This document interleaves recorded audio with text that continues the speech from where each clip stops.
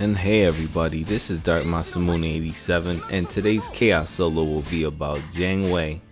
Now, I've been playing with Jiang Wei since Dynasty Warriors 3, so that's been a very long time, and I love the character. I don't know, there was just something about the character that his attacks and everything were awesome to me, but you know, to others, everybody else would judge differently about Jiang Wei. But I still think the character is badass because there's just something about the Shu army that they have a lot of cool looking characters and everything. So I definitely enjoy that because there's so many characters to choose from the Shu army. You got Zhou Yun, Zhang Fei, you have Liu Bei. There was just so many, and then on top of that, when Dynasty Warriors 7 Empires comes out, the other new character is just awesome, badass, the weapon and everything. But Jiang Wei has awesome charge attacks and everything.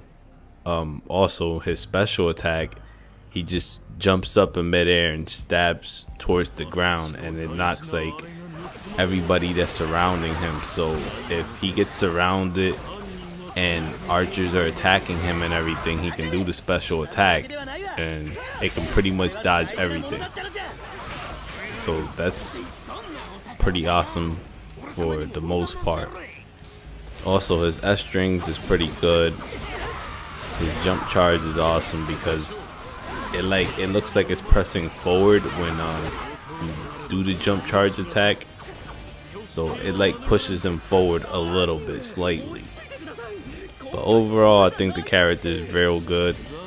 His Musou's awesome. He just stabs forward and keeps running straight with a spear with the lightning element and everything. So I think that's pretty cool too.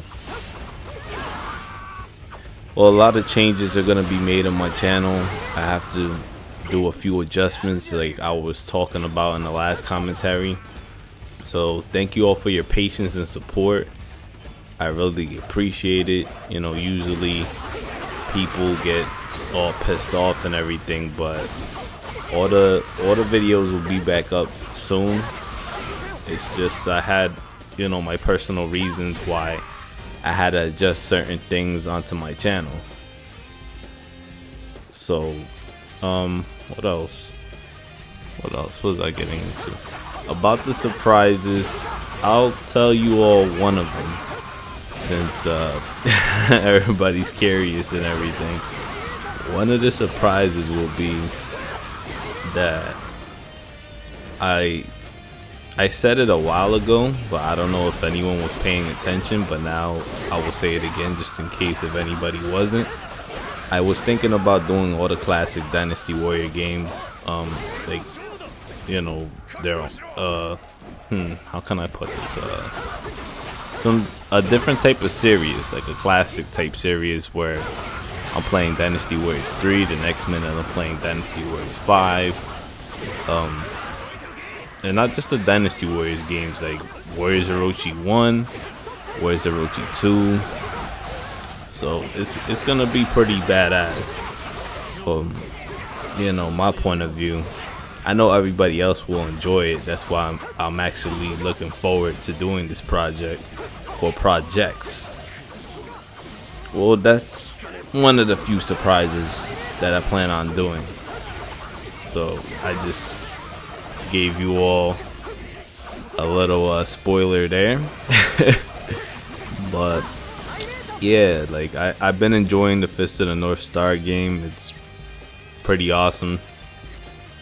The things that I can tell you that after maxing out everybody is that all the characters, like, there's like really no clones in the game. That's what I love about the game so far also.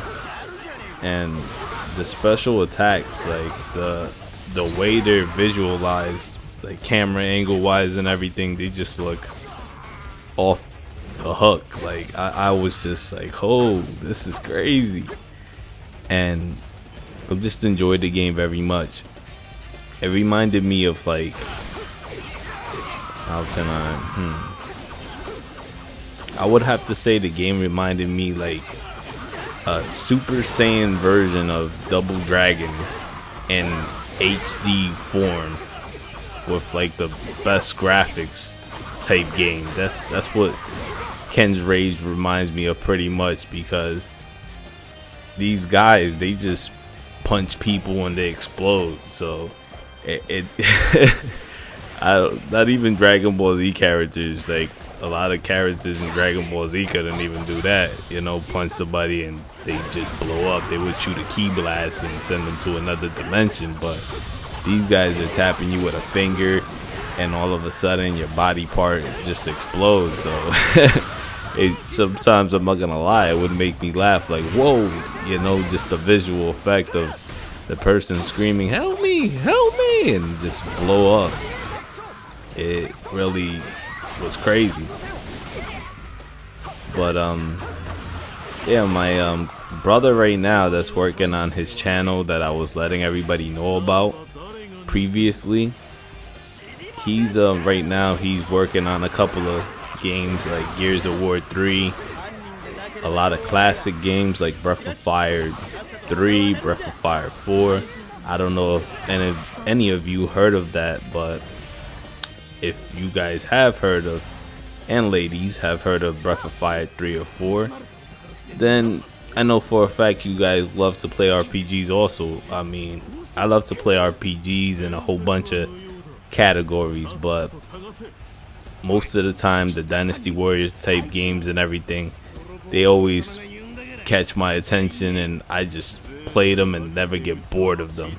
I mean, there's certain people out there that do, but to me, I can't. Like, there's just always something to do in the game, whether it's one character that I love to play with or whether I want to build up everybody in the game and just complete the game completely. That's just the way I am with most of the games that I do play.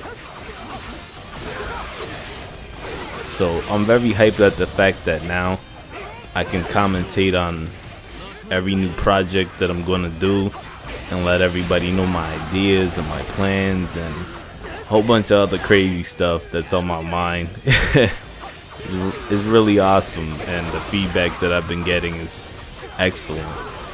I love all my subs and all my viewers, and also I already have almost 270 subs. It's crazy. So shout out to all my subs for subscribing and all the people that been supporting me, and all this gaming, the gaming community just loves what I do, and I think that's inspiring and that's amazing to me. And I'm just gonna keep on pushing and keep doing what I do best, and that's gaming and pleasing the viewers and doing beautiful commentary that everybody loves, because that's what I've been getting told. So I'm gonna continue forward with it. Yeah, I get really hyped with a lot of the gaming stuff, period. Like, there's so much to talk about when it comes to the gaming community, and I think the gaming community honestly is like one of the best things the world has to offer. You know, like, there's not too much positive stuff going on in the world. There's not too many role models for the children and everything, and I think gaming is pretty fun, you know, like you can stay out of trouble. You won't get into anything in the street or whatever because, you know, you're at home, you're around your family. You could be gaming with your family and everything. So there's always a bright side to that. You know, even though if something's gonna happen, sometimes it will happen, whether it's good or bad. But on a positive note, that can happen. You know, you can be calm, cool, collective, and you can chill without getting into any problems because you know for a fact that you're around your family and you're always looking forward to, oh, I beat this game, I'm gonna get part 2 next and everything, and it's just awesome. And then the people that play games and the same games you play, you guys could have the most biggest conversation on the planet, and it never gets boring to them because it's kind of like they're your family also. They know what you're talking about and they can relate, so they can give you feedback or give you feedback about something you don't even know, and they can teach you something in the process, and you can teach them something that you know that they never even knew in the process. So it's pretty interesting what the gaming community has to offer, because it's like it's a really big family. That's what it is basically. No matter what game you're playing, there's always a crowd that's playing that game also, and there's certain games that trend, and even the classics to this day, like NES, Game Gear, Game Boy, the old PSP, Sega Master. There's so many people out in the world that still play those old school games, and those still trend. Like some of the old school games, believe it or not, are better than a lot of the new ones, and a lot of people can agree with that. A lot of gamers out there, like everybody, to me, I think everybody in the world is a gamer, whether you're playing on a system or whether you're playing a board game, checkers, whatever it is. You're a gamer. Even if you're playing cards or something, you're a gamer by blood. I think when everybody's just born, it just happens. Like it's not like you choose it to happen, it just happens. Like when you're in school, you end up playing board games and everything with the kids, so you're already a gamer then. So then after that, if your parents choose to buy you a system, or when you get older you get your own system, then it's just, you're a gamer. That's it.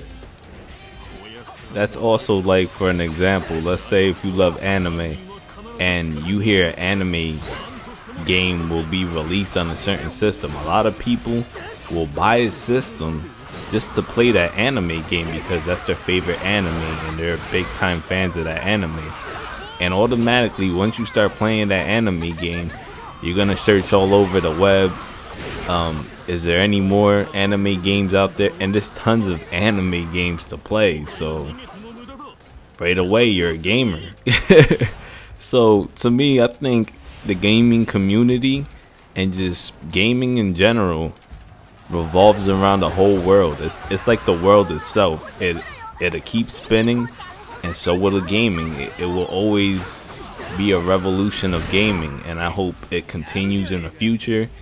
And you know, gaming just gets bigger and stronger as a family, and everyone gets united and works together. That's how it should be. That's just my opinion though. Recently I was playing Power Stone. I don't know if any of you ever played that game, but if you haven't, you should. But for those of you that play Power Stone, you know for a fact that it was one of the hottest games, fighting games, to ever be made. Also, I was playing Rival Schools, Project Justice, the Dreamcast game, and that game was fun. It just brought a lot of memories. I remember I used to play a lot of fighting games, and those two games I were playing, and I had so much fun, and I'm like, wow. I remember there was a certain year where there was nothing but very entertaining games and everything. I'm not trying to say that there's no entertaining games now, because there's tons, but those games you can play over and over and you will never get bored. Like the Dreamcast, honestly, it was a pretty good system. I'm not gonna lie. I wish they continued to still make games for that system, but eventually it just died out. But it had a lot of great games like Sonic Adventure, Sonic Adventure 2, Blue Stinger, Zombies Revenge, Dead or Alive. There was just so many games that came out for that system, and the graphics weren't too bad too when that system came out at the time. I remember I played Marvel vs. Capcom 2 on that system with a Dreamcast joystick and everything.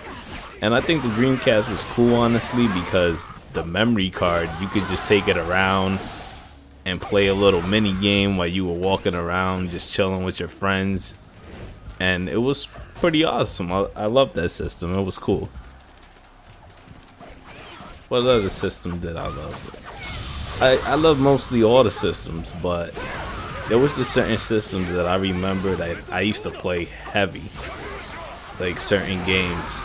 The Neo Geo Pocket was pretty good too. I remember when my friend came by and he was like, yo, try this out. He didn't even know what the hell it was. He didn't know what system that was at all. I had to tell him. I'm like, yo, that's a Neo Geo Pocket.